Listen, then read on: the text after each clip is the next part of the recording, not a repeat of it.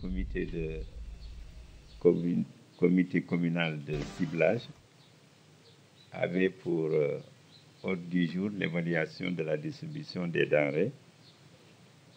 que nous avons reçues comme toutes les communes du Sénégal en appui alimentaire que le gouvernement a destiné aux familles impactées par le coronavirus, mais également aux ménages issus du registre national unique. Vous vous souvenez que le lancement en phase pilote a eu lieu ici, dans la commune, en présence du ministre du Développement communautaire et de l'équité sociale et territoriale, M. Mansour Faye, le 28 avril. Et nous avons terminé la distribution le jeudi passé, avant-hier, c'est-à-dire le 7 avril. Je crois que si nous avions comme mission de faire le ciblage d'abord, ce qu'on appelle l'extension au niveau des différents villages, que nous avons réussi avec les villages, les sous-comités de ciblage dans chaque village, que nous avons contrôlé et avalisé, validé également. Nous avons procédé à la distribution à partir du 28, sur la base d'un calendrier que nous avons établi sur 10 jours, parce que nous avions 10 villages. Chaque jour, un village. Et ceci a l'avantage de nous avoir permis d'éviter les bousculades, mais également de respecter la distanciation sociale qui s'y est pendant cette période de pandémie de coronavirus. Et c'est au terme de tout ceci, quand on a totalement fini, tous les bénéficiaires, chaque bénéficiaire a reçu son kit alimentaire. Et à la fin, avec la supervision, bien entendu, de la gendarmerie, mais également du développement communautaire qui avait ses superviseurs également à nos côtés. Donc tout s'est très bien passé. Et nous pouvons dire que non seulement nous avons délivré ou livré les kits des ménages issus du RNU, mais également des ménages issus du ciblage communautaire. Et c'est à la fin de ce processus que nous nous sommes réunis pour tirer les premières leçons. Alors, parce que les listes ou les bénéficiaires, c'est des listes que nous avons reçues. La première liste nous est venue de l'État dans le cadre du registre national unique, mais la deuxième liste également, 831 ménages, cette liste nous est venue des villages, c'est-à-dire des sous-comités installés dans chaque village et présidés par le chef de village ou l'imam du village. Et ces listes nous sont parvenues et chaque liste a été paraphée et entériné par le chef de village ou par l'imam. Donc, les listes que nous avons, à partir desquelles nous avons donc distribué les kits alimentaires, c'est des listes qui nous ont été donc transmises soit par l'État, soit par les communautés villageoises. ñoom daje nañu tànn boo xamante ni ñoom ñëpp ñoo si d'accord ñu andil ñu liste yoo xamante ne mu ngi jóge si dëkk bu nekk chef de village bi signé ko wala imam bi ñu andil ñu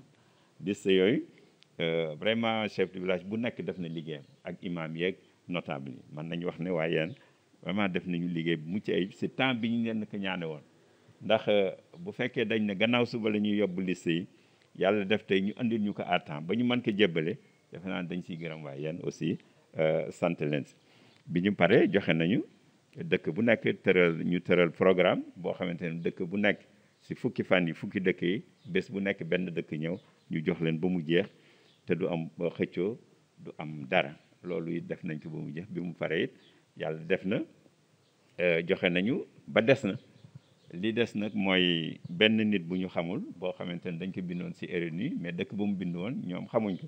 te jëm nañu seet mais xamuñ ko kooku rek la ñu wax ne si 1146 yi nga xam ne bindoon nañ leen kooku lañ si joxul mais liñ ñu joxoon état bi am na loo xamante am na lu fi des maanaam boo seetee saabu yi am na 300 ak juróomi paquetu saabu yoo xamante ne bi si li ñu jox dafa ëpp mu ngi fi. ceeb bi aussi am na lu mat fukki saako ak ñett yoo xamante ne yi aussi biñ joxee ba pare des na fi, des na tuuti dëwlin ak suukar aussi ak ay pat barewul mais des na fi mu ngi fi. loolu yëpp bind nañ ko noté di wax ne bu ñu yàlla dimbale secrétariat à la commissariat à la sécurité alimentaire bu ñu defalee bon bu ñu dañ leen ko jébbalaat ñu yóbbu ko feneen, mais daal yéen ñi waroon am jox nañ ñëpp bokk nekk am na ba am na lu des di des nag te ñu joxoon ñu ko dañ leen koy delluwaat bu si yàlla ànd ak jàmm. bu fekkee juumuñ presque yéen mooy commune bi njëkk a pare ci Sénégal yéen ñi nga xam ne pare ngeen lan ngay wax sa naataangooy maire pour bu ñu bëggee mbir mi gën a gaaw dem ci askan wi yan lañuy jaar ak lu ñu mën a moytu. waaw li ñuy wax rek dañ koy wax pour waa yéen mais waxuñu ko pour keneen parce que dëkk bu nekk ak na mu bindoo ak na muy doxale mais ñun si yéen la ñuy wax ne bu fekkonte ne am na jàngat bu ñu def si joxe bi ñu joxe dañuy wax ne beneen yoon bu fekkee camion day dem di ñëw di indi ceeb bu bare maanaam boo seetee camion bu yeb 40 tonnes tonne bu nekk nga multiplier que par 20 day nekk saako yoo xamante ne 40 tonnes par 20 2 fois 4 8 mu di juróom-ñetti téeméeri saako ñu war ko wàcc si camion def ko loolu il faut nga mu nekk si liggéey nga mën ko def moo bu loolu amul mën nga dem si dëkk boo xam ne camion bi dana fa am benn fan wala ñaari fan donc ku ko wàcc moo tax ñu ne bu fekkee état bi ni muy jëlee ay société ñu yeb ay camion andi ceeb bi mën na jël contrat def contrat ak société yoo xam ne seen liggéey mooy wàcce ceeb maanaam manutention comme ni mu amee port Dakar si docker yi wala di am feneen foo xam dañuy yeb ay saako ciment donc loolu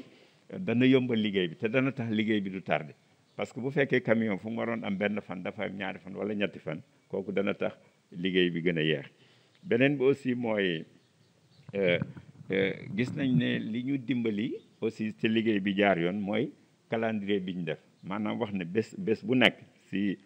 fukki fan yi dëkk bu nekk ak bésam bés sàngam dëkk sàngam ñooy ñëw ku bokk si dëkk bi bul ñëw fa ñuy joxe maanaam boo ñëwee te bokkoo si dëkk bi doo fa ñëw léegi waa dëkk bi rek ñooy ñëw ce qui fait du am buuxante du am tàncaloo te nit ñi dañuy respecter distanciation bi ñuy wax si par rapport ak feebar bi si mujj mooy ñu fexe ba dëgëral collaboration bi nga xamante ne maire yi dinañ ko am ak waa gendarmerie wala police wala armée parce que ñooñu ñoo lay dimbali ba sécurité am sécurité boo xam ne fa ñuy denc ceeb bi wala denrée yi dara du fa mejj dara du fa manqué benn ñaareel bi aussi nit ñi dinañ respecté ordre bi ñuy wax ak calendrier bi te it bu ñuy rang dinañ respecté distance bi nga xamante nit ku nekk war na dànd moroomam si mètre wala lu ko topp donc loolu la ñu wax ne vraiment bu mënee nekk ñun si li ñu gis loolu mën na tax liggéey bi beneen yoon wala ñi nga xamante ne commencé guñu peut-être dañ leen gën a yombal liggéey bi. lan ngeen fas yéene def yéen en tant que commune parce que am na ñoo xam ne si commune bi néew na doole mais jotuñu si loolu. waaw xam nga état moom bu sañoon ñëpp lay jox waaye état bi def na lu mu man parce que booy seet 1 million de ménages si Sénégal ku nekk dañ la jox kit alimentaire yéen buñ ko jëlee maanaam junni ak téeméer ak ñeent fukk ak juróom-benn yi di ay ménages